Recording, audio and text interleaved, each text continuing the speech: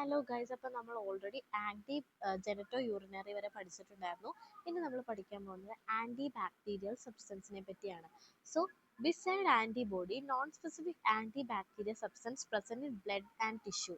അപ്പോൾ അതൊക്കെയാണ്. ഇത് നിങ്ങളെല്ലാം ഓർത്തിരിക്കണം എന്നൊന്നുമില്ല. ഈ ലൂക്കിൻസ് പ്ലാക്കിൻസ്, അതായത് നമ്മുടെ ബോഡിയിൽ ആൻറ്റിബോഡി അല്ലാതെ നോൺ സ്പെസിഫിക് ആയിട്ടുള്ള ആൻറ്റി ബാക്ടീരിയൽ സബ്സ്റ്റൻസ് ഉണ്ട്. അത് എവിടെയാണ് പ്രസന്റ് ആയിരിക്കുന്നത്? നമ്മുടെ ബ്ലഡ് ആൻഡ് ടിഷ്യൂസ്. ഓക്കെ, ഇനി cellular factors, tissue factors come in to play for decline.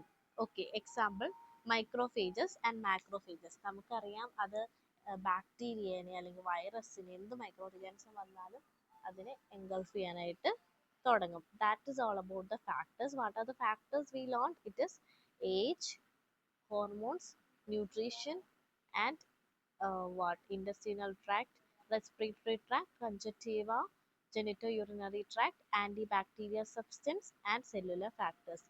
Next we will be learn about cellular factors. It's a continuation of that. That's all. And we will be learn about inflammation. We know that if cough and sputum is there means what? We have immunity. And acute phase proteins, sorry, this also included in factors. If any infection, okay,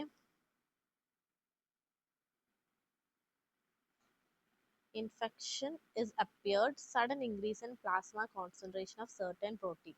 If any infection means, for example, if any infection, എന്തെങ്കിലും ഒരു infection നമ്മുടെ ബോഡിയിൽ വന്നു കഴിഞ്ഞ് കഴിഞ്ഞാൽ എന്താ പറയുന്നത്, നമ്മുടെ പ്ലാസ്മ കോൺസെൻട്രേഷനിൽ എന്താണ് ഭയങ്കരമായിട്ട് ഇൻക്രീസ് ആവും. ഓക്കെ, അപ്പോൾ അതൊക്കെയാണ് ഈ ഒരു ഫാക്ടേഴ്സ് എന്ന് പറയുന്നത്. നിങ്ങൾ ജസ്റ്റ് വായിക്കുക. And I already explained. Okay, ഇനി നമ്മൾ പഠിക്കാൻ പോകുന്നത്, നമ്മൾ ഇന്നേറ്റ് പഠിച്ചു.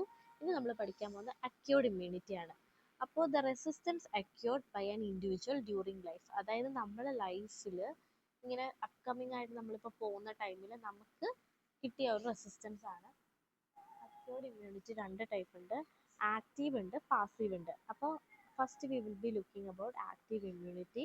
അത് നാച്ചുറലും ഉണ്ട്, ആർട്ടിഫിഷ്യലും ഉണ്ട്. അപ്പോൾ നാച്ചുറൽ എന്ന് പറയുന്നത് എന്താണ്? Through clinical or subclinical infection. Okay, പിന്നെ ആർട്ടിഫിഷ്യൽ എന്ന് പറയുന്നത് induced by vaccination. It is the resistance developed by an individual as result with antigen inform or natural by vaccination. അതായത് ഫോർ എക്സാമ്പിൾ നമ്മൾ chickenpox ഒക്കെ വരുന്നത്, chicken box വരുമ്പോൾ നമ്മൾ രണ്ടാമത് പിന്നീട് അത് വരത്തില്ല എന്നൊക്കെ പറയുന്നുണ്ട് അല്ലേ? അതൊക്കെയാണ് ഇതിൻ്റെ എക്സാമ്പിൾ. ആർട്ടിഫിഷ്യൽ ആയിട്ട് അത് വരാണ്ടിരിക്കാൻ വേണ്ടി നമ്മൾ വാക്സിനേഷൻ എടുക്കുന്നുണ്ട്. Okay, latent period but once develop it is strong. എന്താ പറയുന്നത്, ഭയങ്കര സ്ട്രോങ് ആണ്, ലോങ് ലാസ്റ്റിംഗ് ആണ്. അതായത് ഒരു അക്യൂർഡ് ഇമ്മ്യൂണിറ്റിയിൽ ഈ ഒരു നാച്ചുറൽ ഇമ്മ്യൂണിറ്റിയുടെ പ്രശ്നം എന്താണെന്ന് വെച്ച് കഴിഞ്ഞാൽ അത് പെട്ടെന്ന് സഡൻ ആയിട്ട് ഉണ്ടാവുന്നതല്ല, കുറച്ച് നാളുകൾ വേണം അത് ഒന്ന് സെറ്റായിട്ട് വരാൻ. സെറ്റായി കഴിഞ്ഞ് കഴിഞ്ഞാൽ പിന്നെ അത് അടിപൊളിയായിരിക്കും. അതങ്ങനെയൊക്കെ ഓർത്തിരിക്കുക. അതാണ് അക്യൂർഡ് ഇമ്മ്യൂണിറ്റി. അതിൽ ആക്റ്റീവും ഉണ്ട്, പാസീവ് ഉണ്ട്, അതിൽ നാച്ചുറലും ഉണ്ട്, ആർട്ടിഫിഷ്യലും ഉണ്ട്. ഇനി നമുക്ക് നാച്ചുറൽ ആക്റ്റീവ് ഇമ്മ്യൂണിറ്റിനെ പറ്റി ഒന്ന് ജസ്റ്റ് നോക്കാം. It is acquired by natural or clinical infection. Long lasting ആണ്, കാരണം സ്മോൾ പോക്സ് ഒക്കെ വന്നാൽ പിന്നീട് ഉണ്ടാവില്ല. അതെന്താ? കാരണം ഓൾറെഡി അതിന് എന്താ പറയുക, നമ്മുടെ സെല്ലിന് മെമ്മറി ഉണ്ടെന്നൊക്കെ പറയുമല്ലോ. പിന്നീട് ആദ്യം വന്നു, രണ്ടാമത് വന്നു കഴിഞ്ഞ് കഴിഞ്ഞാൽ അത് ഭയങ്കരമായിട്ട്, ആദ്യം വന്നു കഴിയുമ്പോൾ അത്ര ഇതുണ്ടാവില്ല, നമ്മളെ മൊത്തത്തിൽ അങ്ങ് അഫക്റ്റ് ആവും. രണ്ടാമത് കഴിഞ്ഞ് കഴിഞ്ഞാൽ വിഗറസ് ആയിട്ടായിരിക്കും വരുന്നത്. മീൻസ് ആ ഒരു റിയാക്ഷൻ അതിനെ നശിപ്പിക്കാൻ വേണ്ടി. ഇനി ആർട്ടിഫിഷ്യൽ ഒരു ആക്റ്റീവ് ഇമ്മ്യൂണിറ്റി എന്ന് പറയുമ്പോൾ പ്രൊഡ്യൂസ് ബൈ വാക്സിനേഷൻ. ഒന്നെങ്കിൽ എന്താണ്, നമ്മളിപ്പോൾ കോവിഡിൻ്റെ ഒക്കെ വാക്സിൻ എങ്ങനെയാണ് ഉണ്ടാക്കുന്നത്? ഒന്നെങ്കിൽ കോവിഡിൻ്റെ ആ ഒരു വൈറസ് നമ്മുടെ ബോഡിയിലേക്ക് ഇതാക്കിയിട്ട് അങ്ങനെ ചെയ്യും, അല്ലെങ്കിൽ അതിൻ്റെ ഇതിനെതിരായിട്ടുള്ള ആൻറ്റിബോഡിയാണ് ഇൻജെക്ട് ചെയ്യുന്നത്. ഓക്കെ, ഇനി പാസീവ് ഇമ്മ്യൂണിറ്റി, അതും ഉണ്ട്, നാച്ചുറലും ഉണ്ട്, ആർട്ടിഫിഷ്യലും ഉണ്ട്.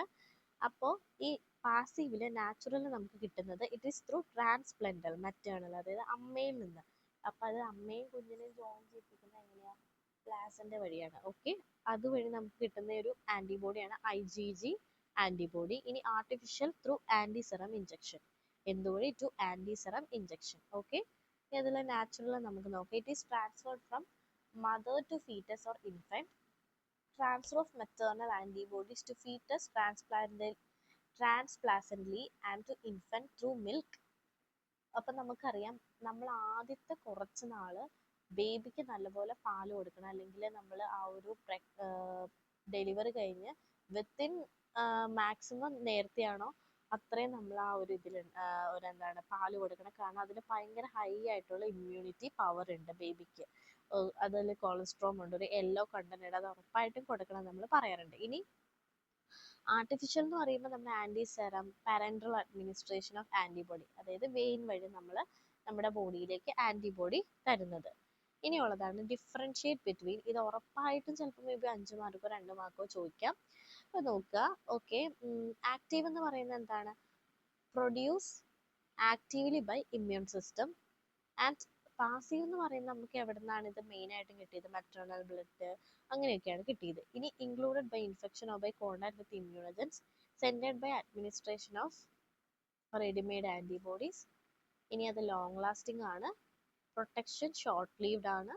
ഇനി immunities effective and lag period, that is time required for generation of antibody, effective immediately, പെട്ടെന്ന് തന്നെ അത് എഫക്റ്റീവ് ആകും.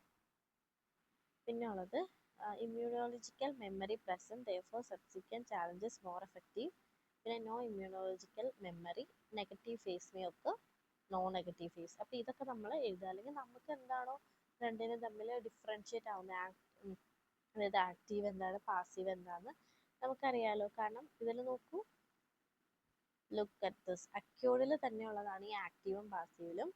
അതെന്താണെന്ന് നമുക്കറിയാലോ. ഓക്കെ, പിന്നെ ഇതാണ് not applicable in immuno deficient patient, and പാസീവിൽ അത് ആപ്ലിക്കബിൾ ആണ്, പാരൻറ്റൽ വഴി നമുക്ക് തരും. ഇനിയാണ് നമ്മൾ മിസ്ചെൽനേനിയസ് കമ്പൈൻഡ് ഇമ്മ്യൂണൈസേഷൻ, അതായത് ആക്റ്റീവും പാസീവും കൂടെ കമ്പൈൻ ചെയ്തിട്ട് തരുന്നതാണ് ഈ ഒരു മിസ്ചെൽനേനിയസ് എന്ന് പറയുന്നത്. ഇറ്റ് ഈസ് അഡോപ്റ്റീവ് ഇമ്മ്യൂണിറ്റി, അതായത് injection of immunologically competent lymphocytes, local immunity orally in specific or through intravenously, herd immunity, overall resistance in a community. ഈ മിസ്ചെല്ലേനിയസ് എന്ന് പറയുമ്പോൾ ആക്റ്റീവും പാസീവും കൂടെ കമ്പൈൻ ചെയ്ത് കിട്ടുന്നതാണ്. പിന്നെന്താ, അഡോപ്റ്റീവ് ഇമ്മ്യൂണിറ്റി എന്ന് പറഞ്ഞൊരു ടൈപ്പ് ഉണ്ട്. ഇതെന്താ, ഇമ്മ്യൂണോളജിക്കലി കോമ്പീറ്റൻ്റ് ആയിട്ടുള്ള ലിംഫോസൈറ്റ്സ്, അതായത് WBC ആണ് എൻ്റെ ടൈപ്പ് ലിംഫോസൈറ്റ്സ് എന്ന് പറയുന്നത്. പിന്നെ ലോക്കൽ ഇമ്മ്യൂണിറ്റി, പിന്നെ herd, overall resistance in a community. Okay, ഇനിയുള്ളതാണ്, this is very very important. ഞാനിത് കംപ്ലീറ്റ്ലി വേറൊരു വീഡിയോയിൽ ചെയ്യുന്നതായിരിക്കും. പക്ഷേ ഈ ഒരു ഇമ്മ്യൂണോ ഗ്ലോബുലിൻ തുടർച്ചയായിട്ട് നമ്മൾ ബയോകെമിസ്ട്രി ഒക്കെ പഠിച്ച സമയത്ത് ഇതൊക്കെ നമുക്ക് ഫെമിലിയർ ആയിരിക്കും അല്ലേ, ഒരു ഇമ്മ്യൂണിറ്റി, ഇമ്മ്യൂണോ ഗ്ലോബുലിൻ. പിന്നെ ഇത് നമ്മൾ 12th പഠിച്ചിട്ടുണ്ട്.